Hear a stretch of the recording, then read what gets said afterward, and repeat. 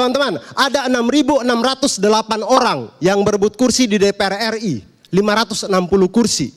Ini berarti satu orang itu cuma punya peluang menang 8%. 8%. Memang tidak semua, tapi ada orang yang menghabiskan uang banyak untuk mendapatkan posisi ini. Pertanyaannya sekarang adalah, orang gila mana yang mau menghabiskan uang banyak untuk investasi yang peluang dia kalah adalah 92%? Orang gila mana? Makanya kalau ada yang bilang, anggota DPR itu gila. Mereka itu sudah gila dari awal. Dari awal. 92% kalau dalam balapan kuda itu berarti kita bertaruh pada kuda yang giting. Kuda yang lain itu kan jalan tuh. Kuda yang giting tuh tutuk au. Tutuk au. Tiba-tiba sudah di laut saja. Peluang 8% menang kalau dalam permainan catur itu artinya kita cuma pakai bidak 2 kuda. 2 kuda, itu pun 1 kuda liar. Jalannya tidak L, tapi dul, lompat membatas 7 mati.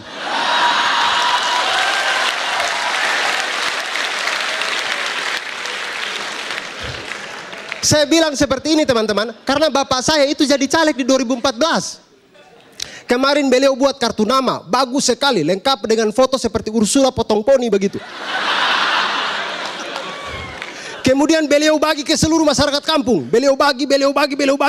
Begitu KPU datang untuk sosialisasi, ternyata di surat suara tahun ini itu tidak ada foto caleg. Tidak ada. Bapak saya langsung stres. Iya, karena kalau tidak ada foto caleg, itu bagaimana masyarakat di sana mau memilih? Masyarakat di sana kan rata-rata masih buta huruf. Jangankan mau memilih, huruf A besar macam Gunung Krakatau saja mereka pikir lam alif.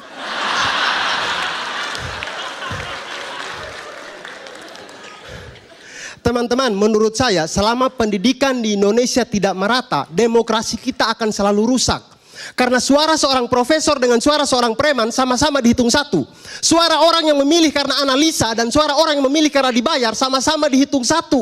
Makanya teman-teman jangan ada yang golput. Karena kita semua yang ada di sini dan yang ada di rumah adalah harapan Indonesia agar orang-orang yang sudah gila sejak awal tidak terpilih di pemilu tahun ini.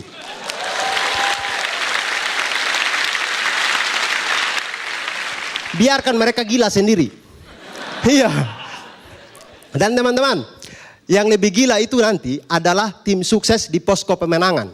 Ketika kalah mereka bisa stres hanya gara-gara nama. Tim sukses tapi gagal. Posko pemenangan tapi kalah. Aduh mama sayang. Ini seperti berzina tapi halal. Zina apa yang halal? Woi bro, kemarin saya habis berzina di lokalisasi. Astagfirullah, cepat sholat tobat sana. Tenang, kemarin waktu bayar tuh saya sudah potong 2,5% untuk anak yatim. Saya Abdul, terima kasih, selamat malam. Terima kasih banyak teman-teman. Mitos bikin kita percaya orang punya talent jidat itu pinter. Waktu di STM temen gue pinter tuh, talentnya di jidat.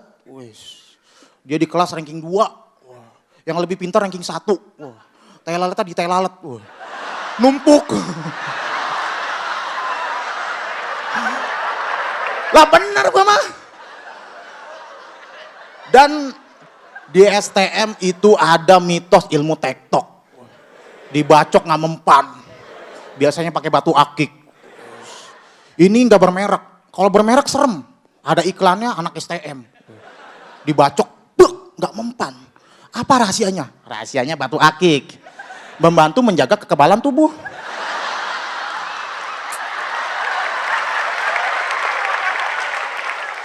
Jangan lupa yang ada gambar badaknya.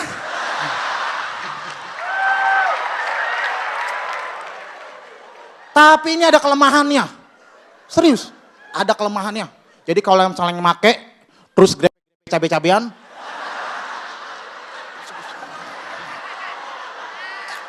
Berbuat mesum lah, itu bakalan hilang gitu. Teman gue namanya Kolai. Kebacok. Lah lu kenapa kebacok? Pasti lupa pakai jimat. Pakai kok. Wah lu pasti mesum nih. Enggak kok. Terus kenapa? Waduh batu akik gua nggak ada gambar badaknya. Gimana sih lu? Tapi serius ya, di sekolah gua itu ada setannya di STM gua. Wah teman gua cerita. Met, hati-hati Met. Lu kalau lewat depan kamar mandi cewek, itu ada genderuwo. Itu mitos. Di STM mana ada kamar mandi cewek? Gua rame sama.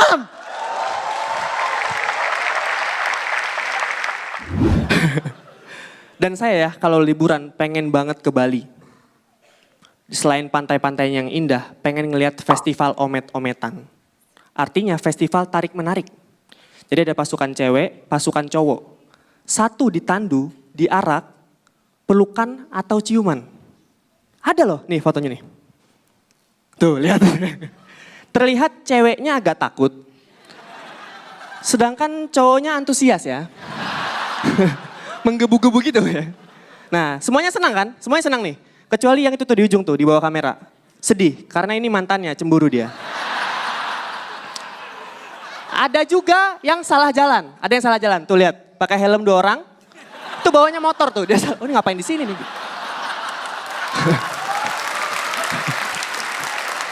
Nah yang paling aneh, itu ada anak bocah cowok di ujung tuh. Dia pasti mikir, akan tiba masanya aku di situ. Lalu dicium mas-mas itu. Dan serunya yang nandu itu kadang ngerjain gitu. Ya. Jadi yang di atas, Tapi kan setiap manusia ada seleranya gitu. Ya kan? Gimana kalau ceweknya cantik banget, tapi cowoknya kayak semen gitu. Maksudnya gimana ya? Ceweknya cantik kayak Mbak Nirina, tapi cowoknya kayak Dana. Bayangkan ya, mukanya Dana. Dana tos-tosan sama teman-temannya. Wuhuu. Mbak Nirina nulis surat wasiat. Dana ditandu, ngeluarin muka susuku.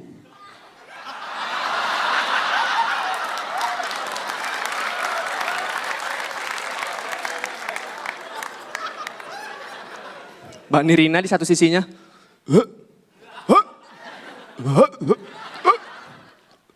Pahit.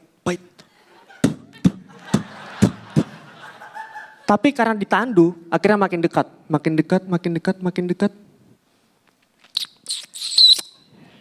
Dana pulang, Mbak Nirina gelepar-gelepar.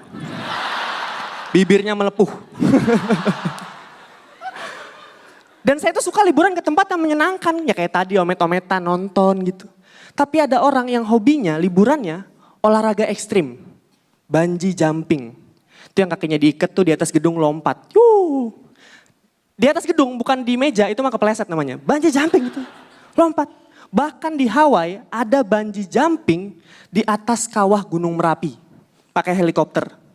Kebanyakan nyemil micin gini nih. Maksudnya kalau talinya kepanjangan kan susah gitu. Yang balik bukan orang, wedus gembel. Dan kalau kita mau bungee jumping, berat minimal 40 kilo. Minimal tuh. Jangan kalau terlalu kurus nggak usah dah. Takutnya nih kan kurus banget nih orangnya. Diikat di atas gedung. Lompat.